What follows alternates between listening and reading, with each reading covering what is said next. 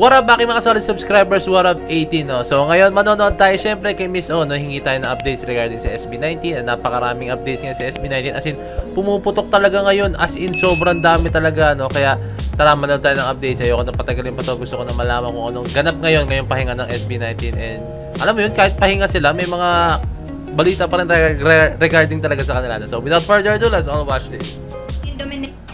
SB19 dominates one of the biggest platform in today's generation.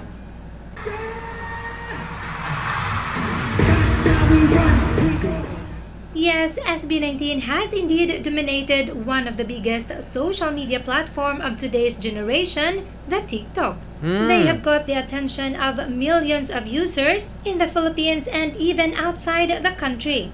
As of September of 2023, 2.25 million TikTok videos have used SB19's music, 1.69 million of which were uploaded in just 4 months, all thanks to SB19's latest global hit, the banger Gento. In fact, Gento has already reached 1.4 billion views. Woo! As of now, SB19 has drawn a total of 4.35 billion views, 410 million likes, 5.52 million comments, and 6.57 million shares in the platform.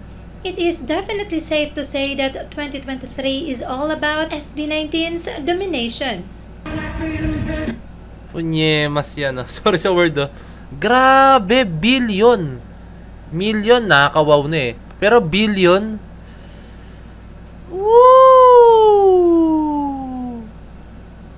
Grabe ang ating mahalima, no? Hindi ko ma-imagine na aabot sa ganito ang ating mahalima talaga, as in, nakakabili. Pero ngayong pinoprove na nila yung sarili nila, I think deserve nila yung mga gantong klaseng achievements. Tapos kailangan nila talagang mag-step up talaga, as in, no? Even though na alam na nag-step up sila, pero step by step, no? Kumbaga kailangan nila talagang mag-step up talaga, no? Palagi, no? Eh, ang ginagawa na ating mahalima, talagang nag-step up talaga sila every release ng video, every release ng mga kanta, no?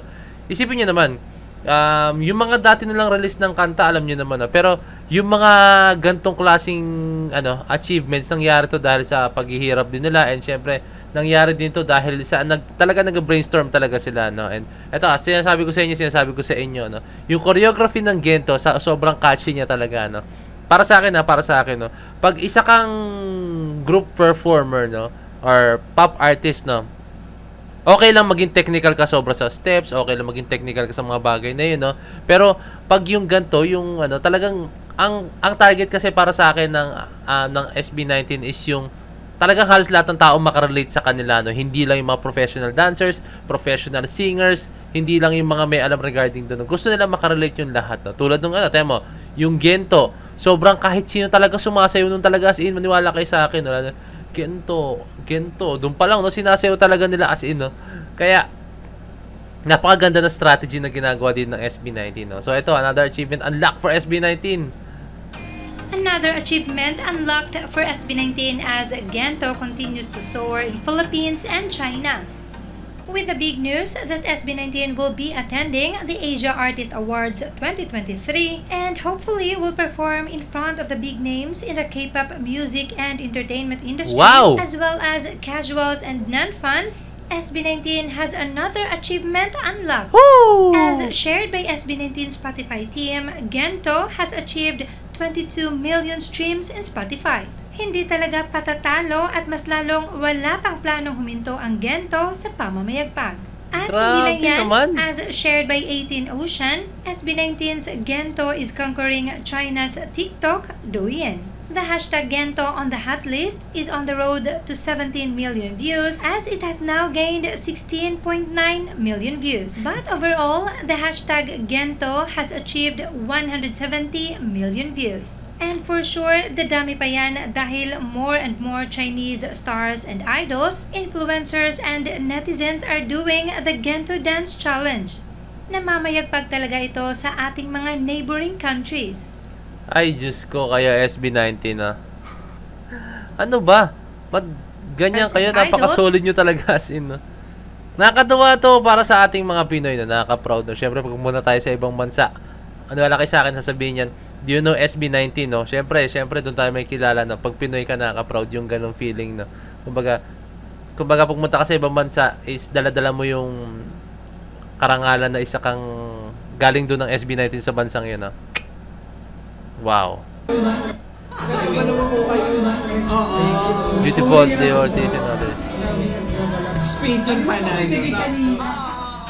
New endorsement Wow. for Style and Justin meets CEO of Beauty Vault. Hi!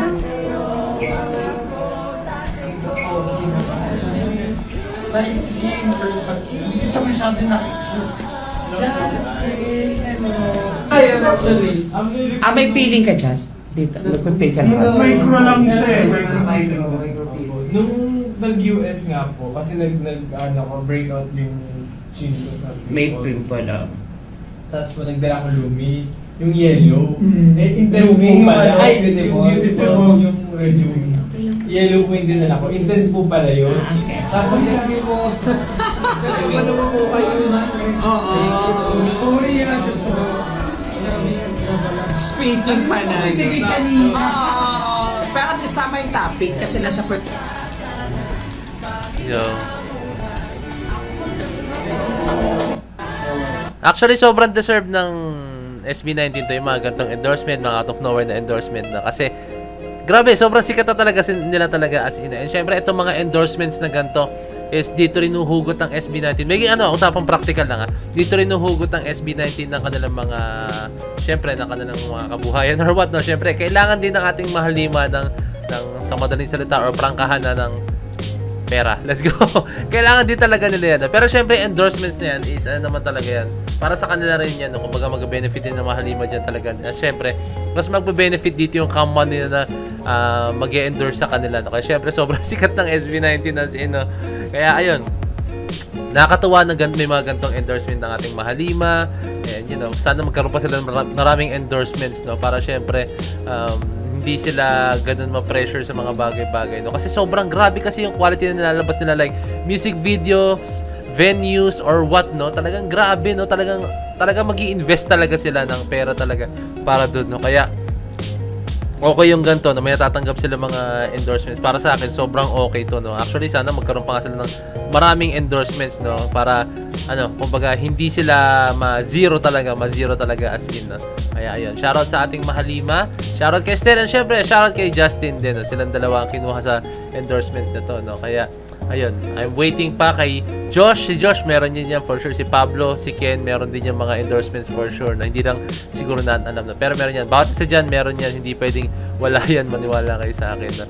And eto, yun, kung may request pa kayo siguro, manood pa tayo kay Miss O sa mga susunod na videos niya, no? Pero so far, ito yung mga pinanood ko dahil ito yung mga sobrang nag-trendy talaga sa mga videos niya, no? And yun, kung gusto nyo pa makita ng mga updates or mga regarding sa SB19, click nyo lang or search nyo lang si Miss O, no? So yun lang, this is me, Point of Ed, signing out. Peace, that's it.